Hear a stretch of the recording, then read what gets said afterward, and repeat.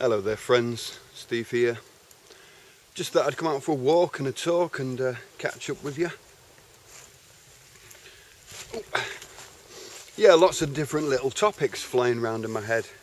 Since the last few months it's been a very scattered time this year, I feel.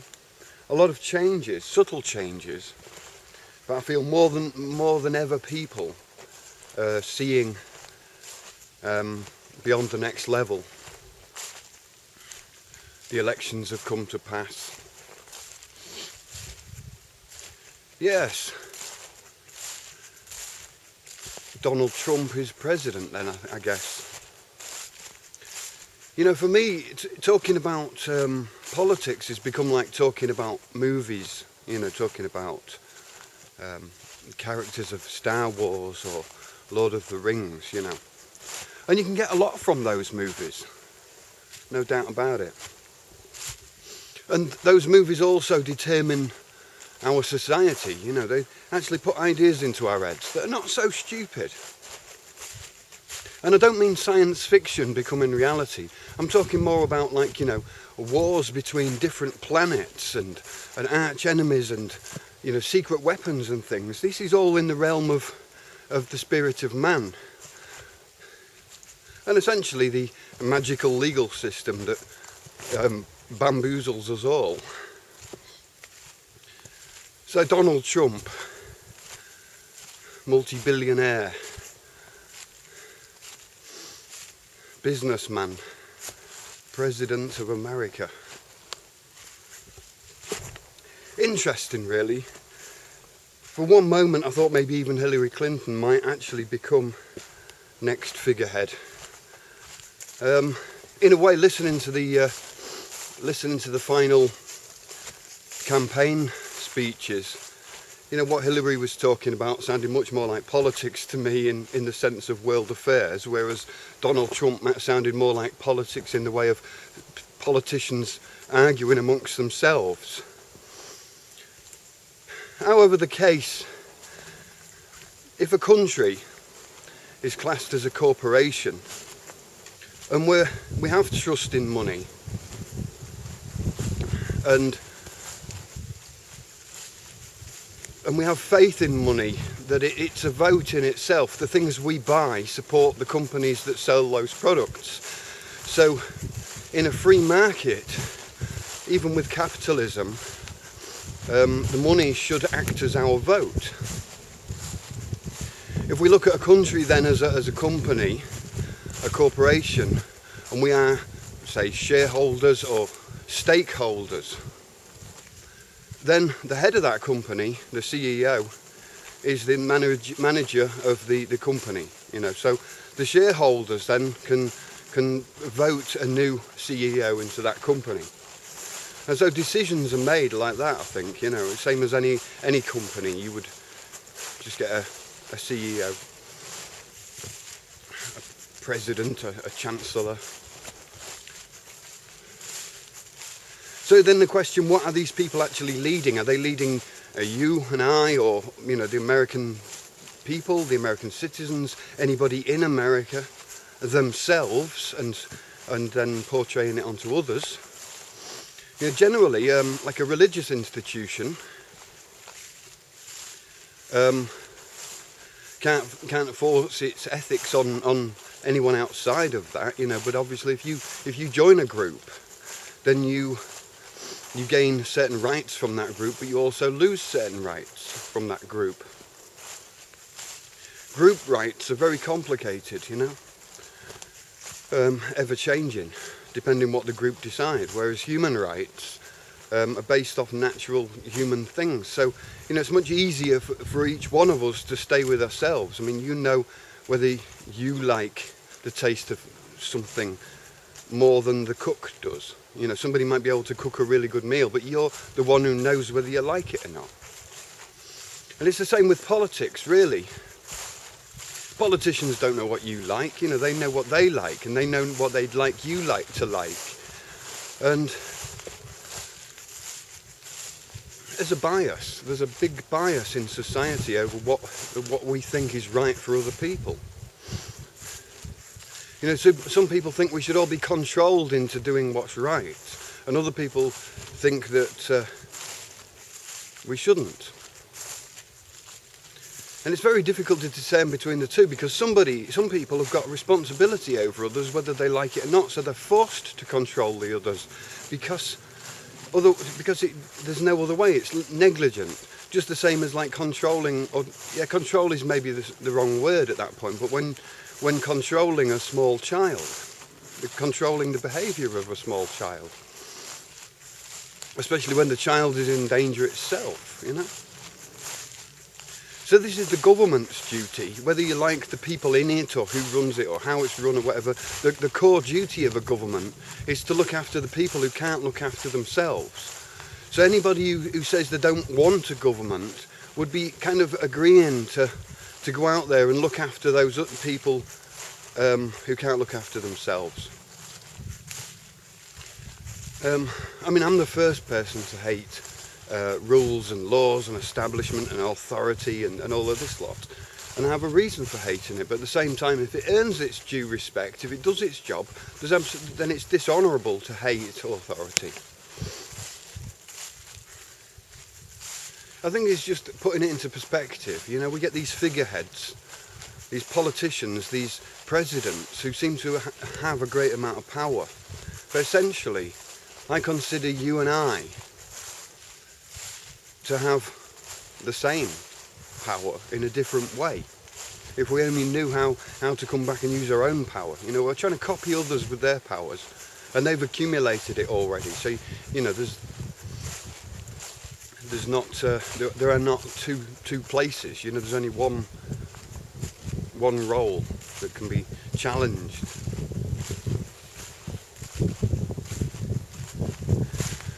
But you know, Donald Trump, being the ultimate and billionaire president, I think everybody's seen this point about the fact that he's got so much money that it's not easy to you know, bribe the guy, maybe, or there's a lot of these different factors about his own understanding about money and business and things that could make essentially the American economy or the world economy better, give it a better spin, give people's understanding of money a better spin, help people along with money. You know, money obviously leads to fighting and greed and insecurity and all of that lot. And I'd say money has put such a pressure on us all that no one can escape that.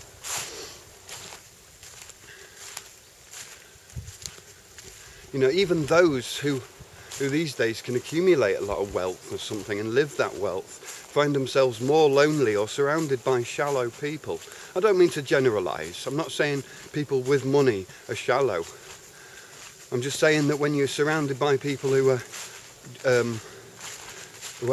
have less money because of whatever other reasons, then there's it's difficult to level with those people, to understand that, you know, when someone's struggling for 10 quid, you know, somebody who's just got millions in the bank obviously just can't, he's on a different wavelength. You know, all that person needed would be not 10 quid but 20 quid, and they could probably start to get out of their own troubles, you know.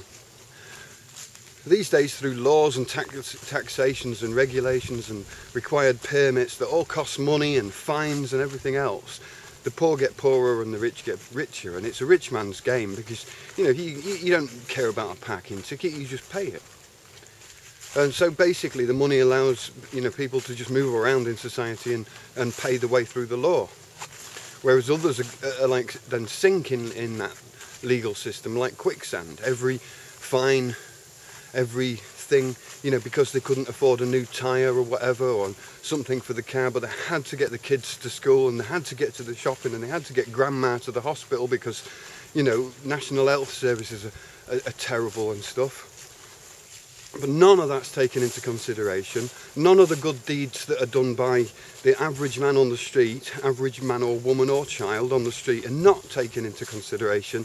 The only thing that we ever see is persecution for the things we do, you know, for the mistakes we make in society, you know, going a little bit too fast, or, these types of like misdemeanors, again, crimes against the state, basically, not where another human's been involved.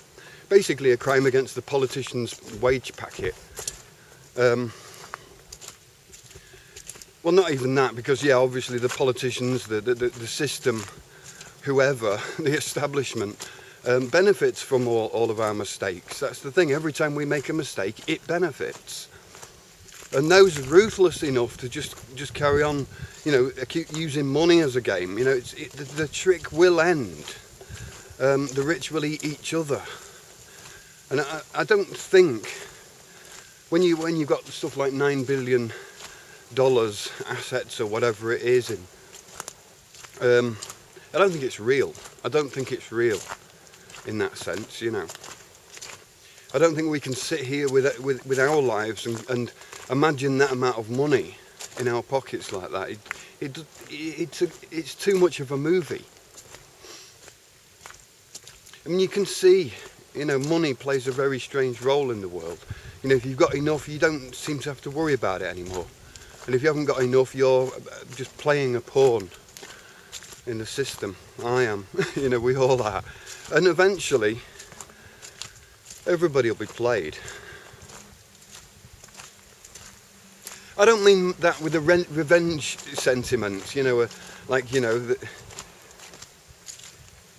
I've always been happier with less. I've always enjoyed the situations I've shared with people in life. For some reason, it's just we're all different. But I'm not really bothered about personal possessions and owning homes and cars and anything really. I like all of that, but to me, the situations with people are the things. So if I go to different people's houses, I get to look at thousands of houses, and cars and clothes and things. And I'm grateful to be able to see everybody's lives, dressed in that way. But I'm not in a competition or a status game. A lot of you know what I mean. We enjoy our lifestyles, but we don't judge others for having it any different or better or worse. It's just, the way we live our lives. There's times in my lives where I've wanted it really ugly and horrible, and other times where I've wanted it really modern and smart, So if one person was to judge me eternally on one phase of my life, or one day of my life, or even one video of my life, it's a shame. It would reflect on the viewer and the viewer's shallowness. In a world where we think we can buy a lot of things, it doesn't take long till you start giving out your money and realise, hang on a sec, it's not for sale. What I want isn't for sale. In fact, if I start trying to buy it, I'll lose it. I won't even find it amongst all of that. I'm almost better off to just not use my money. Because we're talking about everybody in the world, rich and poor. Because poor people are not necessarily poor because they didn't try. Poor people are not poor because they deserve it. Or because they're stupid or less intelligent or speak the wrong language or have the wrong... people are poor because of the way the system works. And people are rich because there's poor people. I'm not saying if you have more than the average, if you have more money than the average person, then you're taking from the poor person, no. But the people at the very, very top, who make the decisions of where to put the money that we all earn, that seems to benefit the rich more than the poor. I wonder where President Trump would invest his money.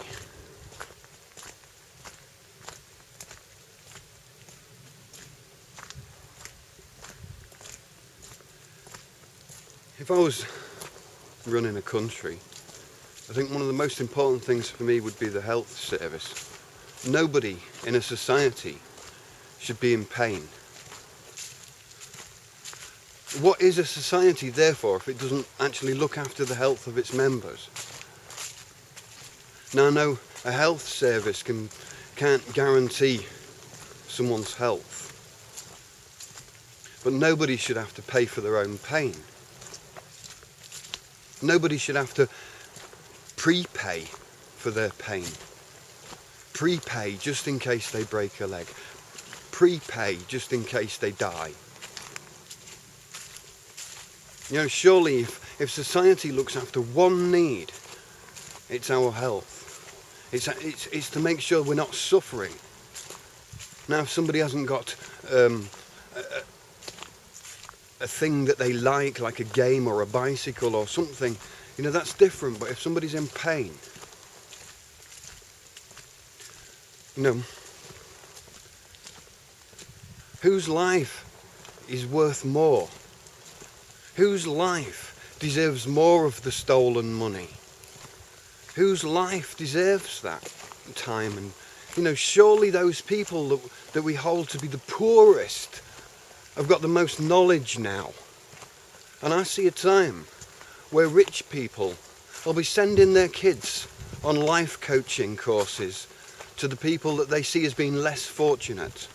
Because now, those less fortunate poor people can actually look after themselves and each other and others.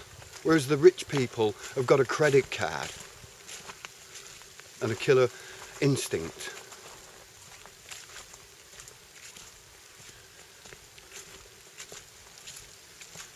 You know, it's just ironic how the tables can turn quickly, to the point where the rich suddenly see that money, you know, money relies on the people to actually move things about, to use their physical energy and not just sit on a swivel chair with a pen. Now, I think bureaucratic jobs are miserable jobs. I'd hate to sit all day doing a job I don't like, but some people can enjoy that.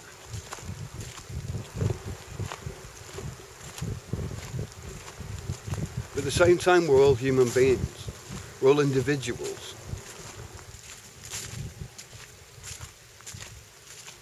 And so we can only look in your own heart. You can look in your heart, I can look in my heart, and hope to find a similar answer, a similar outcome, a similar conclusion, a similar feeling. That when I have pain, when you have pain, we can relate to it. And that you don't think that pain is for me something different and your pain is far worse. You know, we can't know that. We can only just be honest with each other.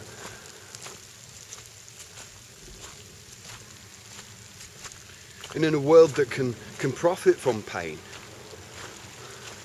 that leaves an opening for a health system to just turn into the biggest kind of gang mafia, you know, threat.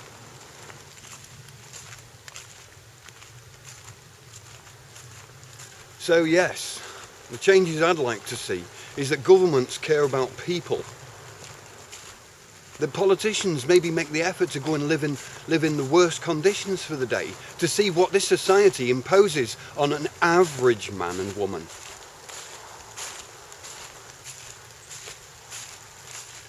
The love of money is the root of all evil. It's not money itself that's evil, or the root, but the love of money. I mean, money was provided for this phase in humanity. And the love of money is the root of all evil. I hope that Donald Trump puts the well-being of man and woman and child and all living beings before corporate profit. There's often a tendency to sales pitch an idea, to sell it with a veneer of vanity. And that's okay. But when the price of that veneer means ignoring entire sectors of people,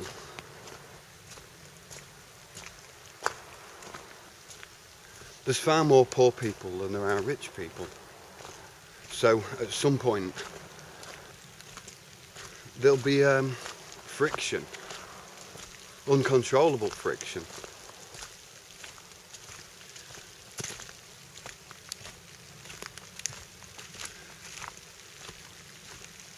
Anyway, let's see how it pans out. Thanks for coming along on my walk with me. See you later. Cheerio.